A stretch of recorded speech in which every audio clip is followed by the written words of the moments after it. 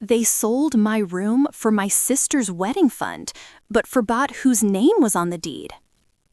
I grew up in a quiet neighborhood in Portland, Oregon, in a house my grandfather built with his own two hands.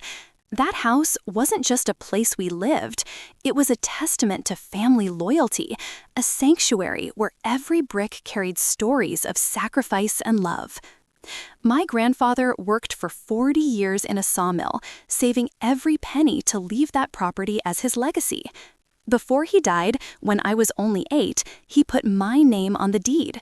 My mother, Patricia, was there, and she herself saw that act as a blessing that would secure my future. So that you never go through the insecurity I went through, my grandfather said, holding my small hand as the notary's office finalized the papers. My father, Robert, was a practical, quiet man who respected his father's wishes. He signed as a witness and moved on with life. But my mother always saw that house differently. She saw possibilities, opportunities, ways to turn a structure of brick and wood into personal sacrifices. My sister Rachel was born 5 years after me, and from the beginning, she was the center of everything.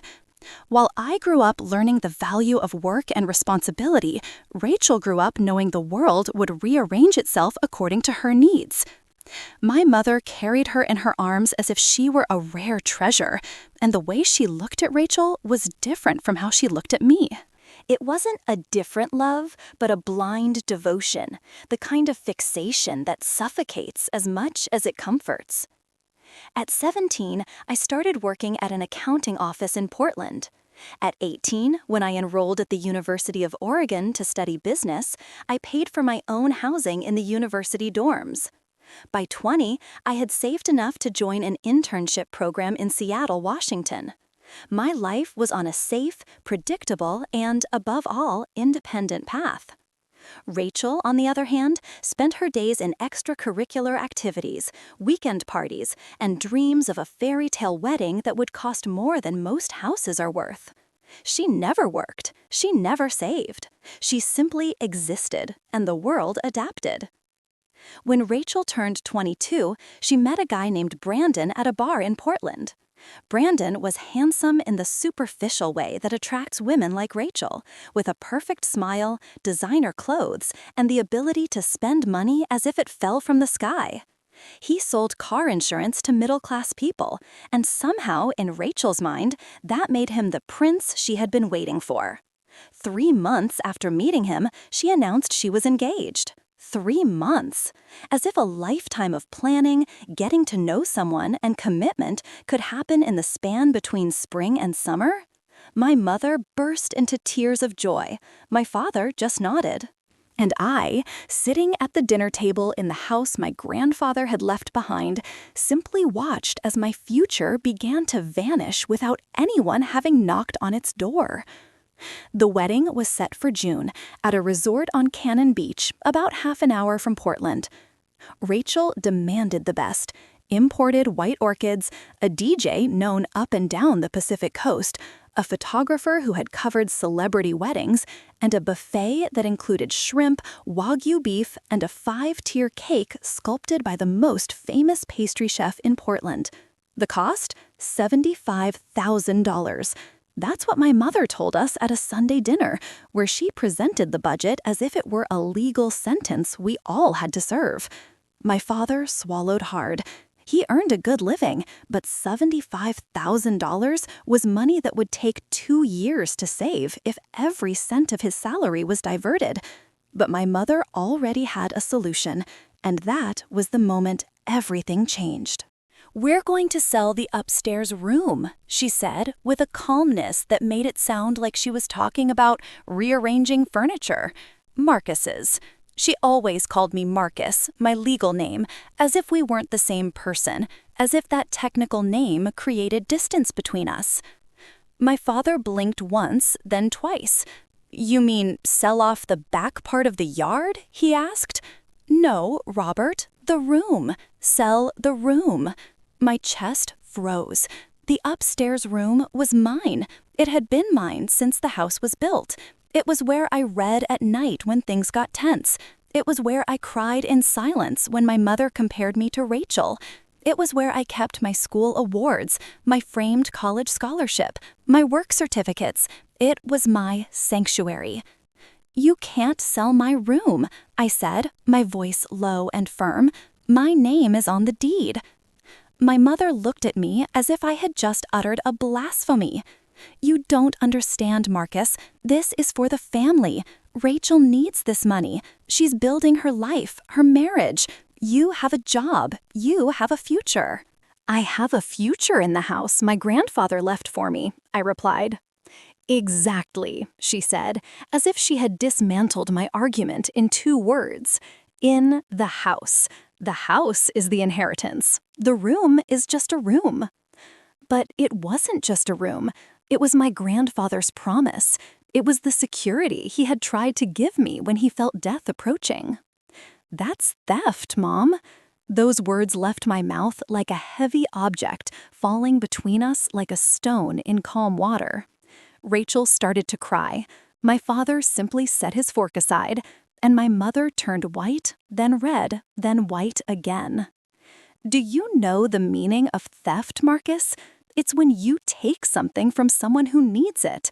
Rachel needs this wedding. She deserves happiness. What do you deserve?"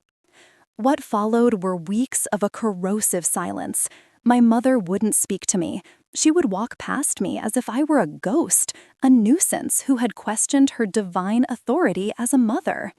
Rachel continued planning her wedding, as if the conversation had never happened, as if my room wasn't being traded like a bargaining chip. My father, however, sought me out in my room one day after work. He came up the stairs slowly, knocked on my door, and entered without waiting for an answer. He sat on my bed, on the same mattress where I had spent my entire childhood, and was silent for a few minutes. "Your grandfather was a fair man," he finally said, without looking me in the eye. "He knew the world well enough to know that people can do strange things when they're afraid of losing control. Your mother is afraid. She thinks if she doesn't control everything, it will all fall apart. Rachel helps her feel needed." "That doesn't make her right," I said. "No," he agreed, "but it makes the situation more difficult." My father was like that, always looking for the shades of gray, while I looked for the black and white. He knew there was a wrong side, but he didn't have the courage to stand firm. That was the difference between fathers and their sons, I thought. Fathers chose silence over conflict. Sons had to learn when conflict was the only truth. A week later, I got a call from my attorney. Yes, I had hired an attorney. In fact, I had hired 2. I had contacted a registrar's office in Portland, the very same one where my grandfather had put my name on the deed, and asked them to search the archives. There it was, in black and white, dated and certified. The property belonged to me, not to my mother, who was just one of the residents, not to my family as a shared entity, to me. Marcus Andrew Thompson. Written in permanent ink 20 years ago. My attorney informed me that my mother had tried to obtain an order to sell the property, listing the house as being jointly owned by the Thompson family of Portland, Oregon.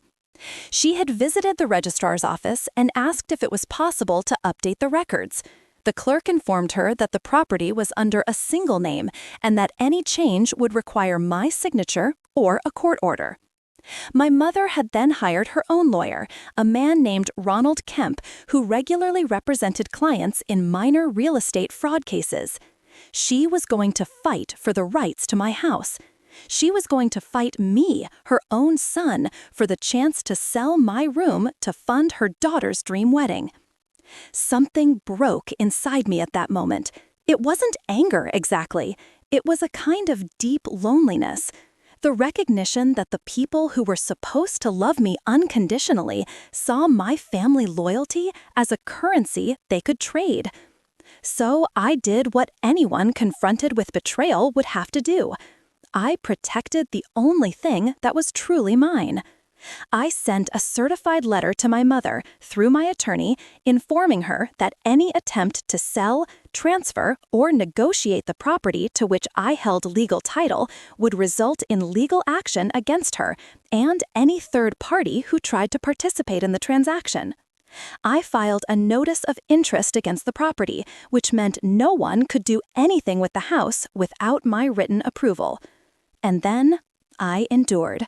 I endured the silence. I endured Rachel's tears. I endured my mother's veiled threats that I would be kicked out of the house. And when the wedding day arrived, I was sitting in my room, listening to the sound of cars arriving, hearing my mother complain that I hadn't come down to help, hearing Rachel scream my name once, twice, 3 times, as if her voice could force me to participate in her celebration of betrayal. Do you know what it's like when you realize your own family is willing to sell you out, literally sell you out, to keep up appearances? There's something about that kind of rejection that changes the way you see the whole world. I'd like to hear your stories of family betrayal. If you've been through something like this, if someone close to you tried to take something that was yours, I want to hear it. Because the truth is, these problems don't just happen in movies and on the internet. They happen inside ordinary houses, in normal neighborhoods, with people who claim to love you. If this is your story, leave a comment, share your story, and if you'd like me to create a script about your experience, tell me in the comments too. Subscribe to the channel for more stories that touch on the raw reality of family life, because these conversations matter. Your experience matters, and you are not alone in this. The wedding took place at Cannon Beach on a sunny June afternoon. I knew every detail because I heard it all from my window, as I watched the guests arrive in their cars, as Rachel got into a white limousine in a dress that cost over $3,000, as my mother corrected every detail of the event like a conductor leading a symphony orchestra. The DJ started playing while I was still in my room. The lights from the resort shone through my front window, and I could hear the laughter, the clinking of glasses and a toast, the echo of voices celebrating a wedding built on the attempt to steal my grandfather's promise.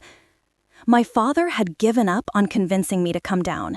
He had come up 3 times throughout the evening and finally just said, "Your mother is sorry, but she doesn't know how to say it. Rachel wants you to come." I didn't answer. There was nothing to say. Regret without action is just words, and I had learned long ago that my mother's words carried no weight. What carried weight was the property title, my grandfather's signature, the papers that proved he had thought of me, that he had chosen me, that he had bet his legacy on my character and not on the charm of someone prettier or more charismatic. After the wedding was over, things at home changed. Not in a visible way, not in a way that an outsider could see, but in small ways that erode a place's foundations. My mother started making comments about my hours at home. She left notes on the fridge about chores that needed to be done. She hired professionals to clean the house every 2 days, as if my presence made the property dirty. My father tried to mediate, suggesting that maybe we could sit down and talk things over. But conversations require 2 people willing to listen, and my mother had closed her ears to me a long time ago. Rachel, for her part, was living in a small apartment with Brandon, and she rarely came home. When she did, it was only to pick up something she had left in her old room, and she avoided me as if my disgust were contagious. I worked more hours at the office in Seattle. I was developing new projects, getting promotions, building an independent life that would be completely my own. But I always came back to this house because it was legally mine, because my grandfather had left it to me, and because I refused to give anyone the pleasure of driving me away from it. Then, about 8 months after the wedding, I received a call from my attorney on a Monday afternoon around 3 o'clock. He was calling about a new matter, something that had come up. My mother had done something I needed to know about. She had contacted a firm specializing in real estate fraud, and they had started working on a case to contest my title. The argument was that my grandfather had signed the deed in a state of dementia, that he was not in his right mind when he had put my name down as the sole owner. It was a serious accusation, and it was an obvious lie. My grandfather was a sharp-minded man who worked until the final days of his life. He had signed that deed because he wanted to, because he had thought about it, because he had chosen me. But sometimes the truth doesn't matter. What matters is that someone is willing to spend money to question the truth. My attorney warned me that this would be expensive to fight in court. It could take months, possibly a year or more. It could cost between $15,000 and $20,000 in legal fees. But he also told me something more important. They didn't have a real chance. The registrar's office had records that my grandfather had appeared in person and had signed in the presence of 2 independent witnesses. There was documentation of his medical evaluation, done just a week before he signed, which showed he was fully competent. There was no proof of dementia, no prior hospitalizations, no indication of any mental issues. My mother was trying to build a narrative of sand, and the court would see through it. But here's the thing about narratives of sand. They cost money to disprove. They cost time and emotional energy. They cost you your peace of mind, while you know that someone you loved is so willing to lie that they will go to court to do it. So I did something that might not have been entirely wise, but was definitely necessary. I contacted the police in Portland. Not about my mother specifically, but about the attempted fraud. When you file a false lawsuit, when you try to contest a title based on false claims, that has a name: legal fraud. It's a crime, technically speaking. The police will hear about it, investigate, and depending on what they find, they can gather evidence for an indictment. My lawyer said it was risky, that it could reignite conflicts that might otherwise be resolved. But I had learned something important during all those months of silence and isolation. You can't resolve conflicts with people who don't want to resolve them. You can only protect the truth and let it speak for itself. So, the police contacted my mother. They asked questions about the nature of her case, about why she was claiming my grandfather had dementia when there was no medical evidence of it. They asked if she understood that making false claims in court was a crime. My mother, like many people who try to do wrong, had never considered the real legal consequences. She thought there was a lawyer who could just say what needed to be said and that someone would believe it. She hadn't considered that there are records, investigations, and that lying to a court is taken seriously. Her lawyer, Ronald Kemp, this man with a reputation for representing minor real estate fraud, decided to drop the case immediately. He knew he was in deep water. My mother was left without legal representation, and when she received notice that there was a formal fraud investigation, she began to accept the reality of her situation. My father sought me out again. This time he looked aged, as if the whole situation had drained something essential from him. "Your mother panicked," he said, sitting in my room as he had done so many times before. "She's talking to a therapist now. She finally understands she made a grave mistake." "More than one mistake," I said. "She tried to steal my property. She tried to falsify documents. She's being investigated for legal fraud." "Yes," my father agreed. "She knows that now." He took a deep breath. "Marcus, I'm not here to make you drop the charges or change your mind about anything. I'm here to say that you were right about everything. Your grandfather saw something in you that I didn't see clearly enough to defend. You were right to protect what was yours. And your mother, well, she's having to learn a very expensive lesson about the consequences of her own actions." The investigation lasted 6 months. In the end, there were no formal criminal charges. My mother's lawyer, Ronald Kemp, agreed to admit that he had incorrectly advised his client on the viability of her case, and that he had committed professional negligence by not properly informing her of the legal consequences. He was fined $5,000 and received a censure from the Oregon State Bar Association. My mother had to pay all of her own legal fees, which totaled exactly $19,300. She never recovered that money because, obviously, there was no longer an attempt to sell my property. The house remained intact with my name on the deed, just as my grandfather had wished. But the real cost wasn't financial. It was the relationship. My mother had crossed a line she couldn't come back from. She had tried to legally steal from me. She had accused my grandfather of having dementia. She had built a narrative of lies to justify her actions. And none of those facts could be undone by belated apologies or feigned regret. When she finally approached me to apologize, months after the investigation ended, I was in my room in the house that was mine, looking out the window at the yard where my grandfather had planted apple trees. She knocked softly on the door. "May I come in?" she asked. I said yes, because politeness is a hard habit to break, even with those who have tried to harm us. She sat on my bed, in the same spot where my father had sat so many times, and she cried.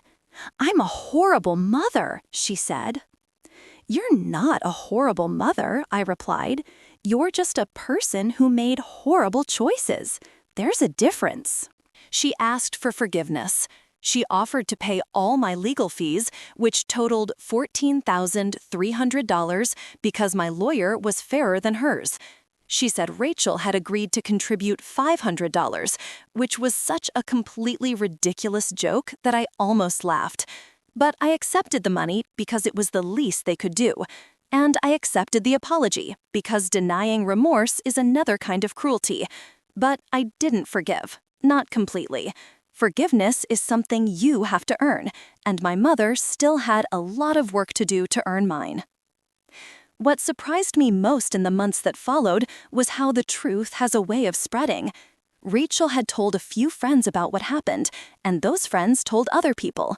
Within a few weeks, almost the entire community in Portland knew that Patricia Thompson had tried to sell her own son's property to finance her other child's wedding. She had tried to do it legally through fraud, and she had been caught. People looked at my mother differently now. She was no longer just Patricia, that polite woman who works at the bank. She was Patricia, the one who tried to steal from her own son. Social groups she was a member of began to question her presence. A close friend she had known from church decided to keep her distance. Society has a way of punishing those who violate the basic pact of family loyalty, and my mother was learning that the hard way. Rachel, for her part, had filed for divorce from Brandon just 1 year after the wedding that had cost $75,000, that had required the betrayal of her own brother, lasted approximately 408 days.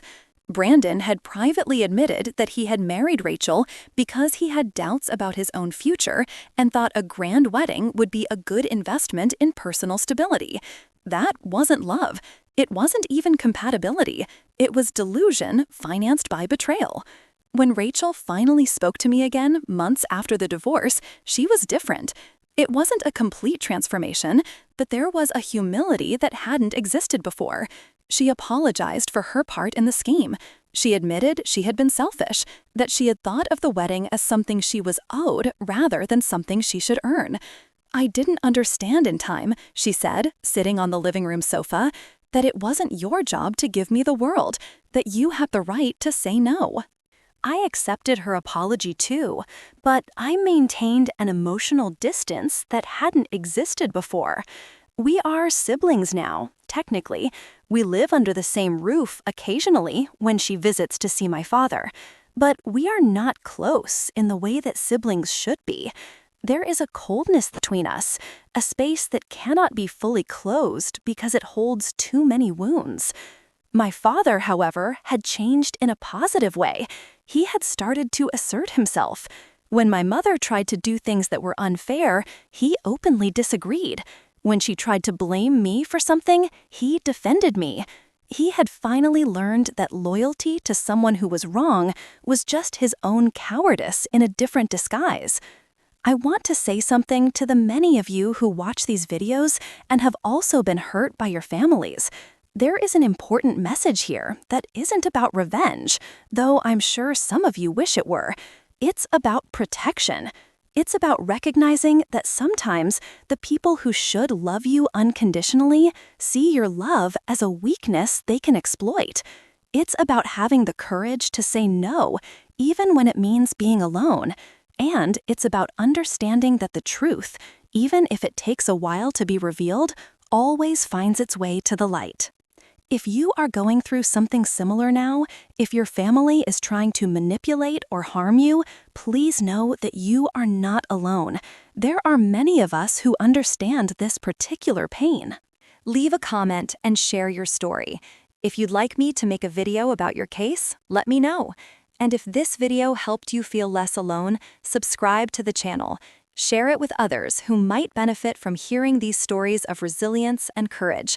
Because sometimes what saves us isn't revenge, but the knowledge that we are not alone in our fight for justice and personal dignity.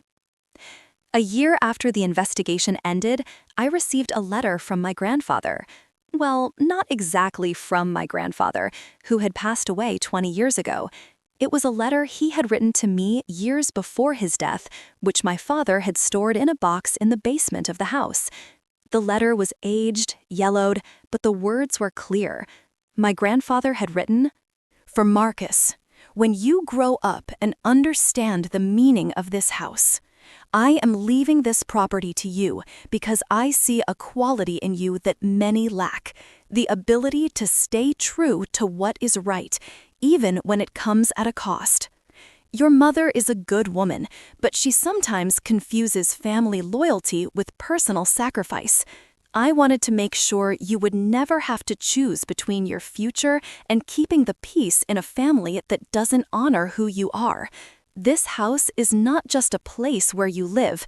It is a symbol that there was someone who believed in you enough to leave his legacy in your hands, not in the hands of those you love, but in your hands. Protect it, not with anger, but with the understanding that protecting yourself is the first act of true love." Reading those words was like hearing my grandfather speak again, as if he had seen exactly what would happen, as if he had prepared me for this specific test. My father, upon giving me the letter, had cried. He always knew, my father said. Your grandfather always saw things more clearly than any of us. Over time, things at home normalized, not completely, but significantly. My mother and I developed a new relationship, different from what we had before, but real. There was no more pretense. I no longer tried to be the son she wanted. She had stopped pretending I was someone who could be easily manipulated. We simply existed alongside each other as two people who had hurt one another and were learning to live with the scars. Rachel and Brandon didn't last long after the divorce. She started working at a coffee shop in Portland, earning her own money for the first time in her life. She's still not completely different. There are still traces of selfishness that will never entirely disappear, but there is a willingness to acknowledge her flaws that didn't exist before. My father and I grew closer. He had learned that silence in the face of injustice is collaboration with injustice, and that lesson had transformed him into a better man. He started talking to my mother more directly about his concerns. He began to support me openly. There was an honesty between us that I hadn't felt before. And then, 2 years after the investigation ended, I got another call from my attorney. But this time, it was good news. The deed had been validated by an official review at my request. Everything was completely legitimate. My grandfather had done everything right.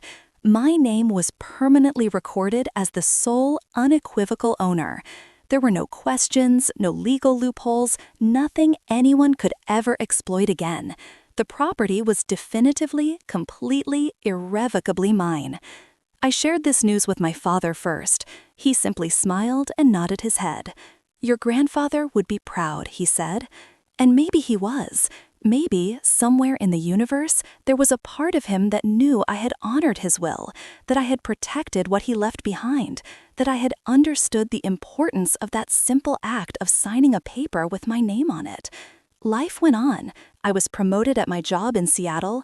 I started dating a woman named Jennifer who had also grown up in a complicated family environment. She understood, without me having to explain, why I was careful with trust, why I guarded my boundaries with the ferocity of someone who had learned that not everyone deserves access to your heart. She also had a property in her name, left by a grandmother, and we would spend hours talking about the responsibilities that come with inheritance, about the weight of protecting what someone loved enough to leave to you.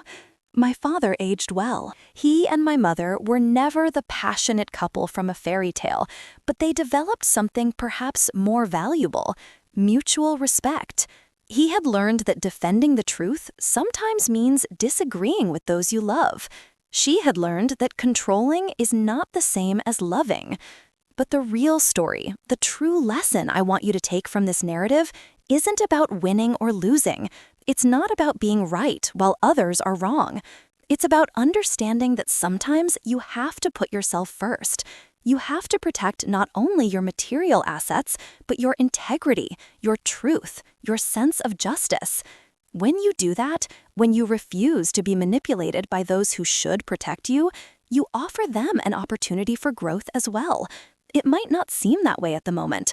It might feel like you're being selfish, that you're being difficult, that you're destroying the family peace. But the truth is, peace built on lies is just silence, not true peace. My mother had to learn that the hard way. She had to face the legal consequences of her actions. She had to watch her reputation in the community change. She had to feel the disappointment of her husband and her children. But those were the necessary steps on her path to becoming a better person.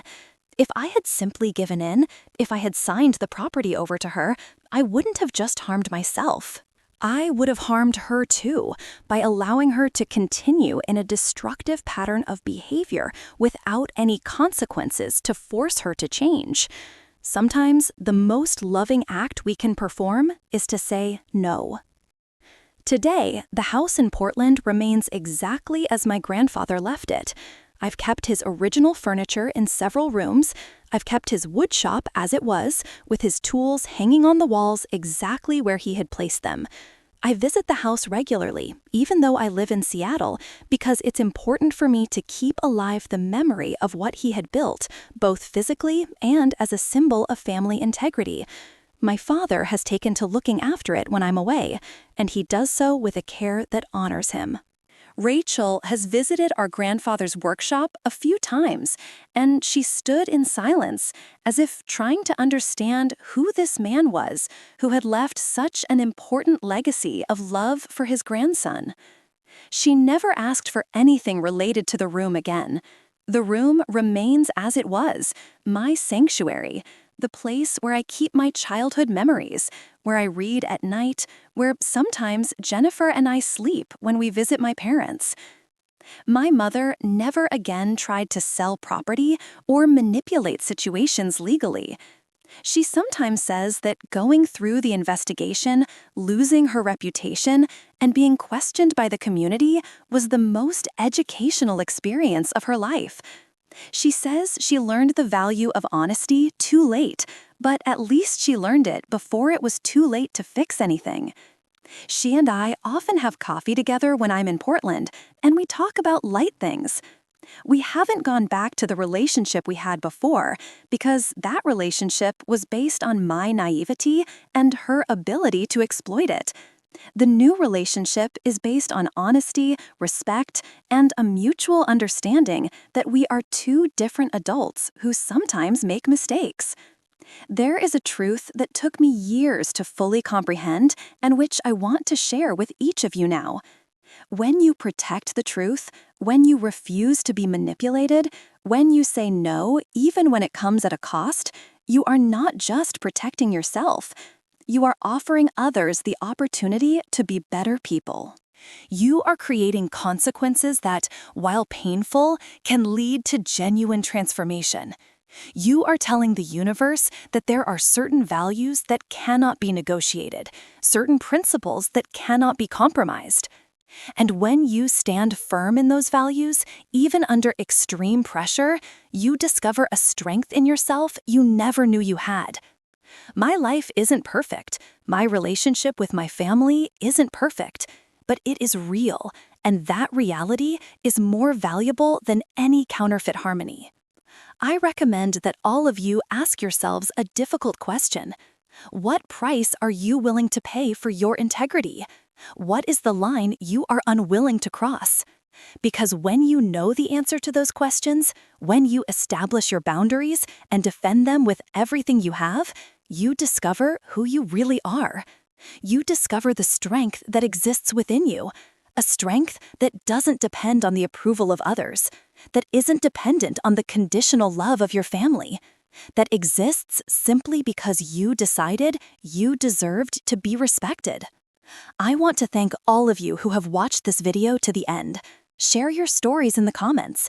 If you have similar experiences with family manipulation, if you have faced situations where you had to choose between keeping the peace and defending your truth, I want to hear from you.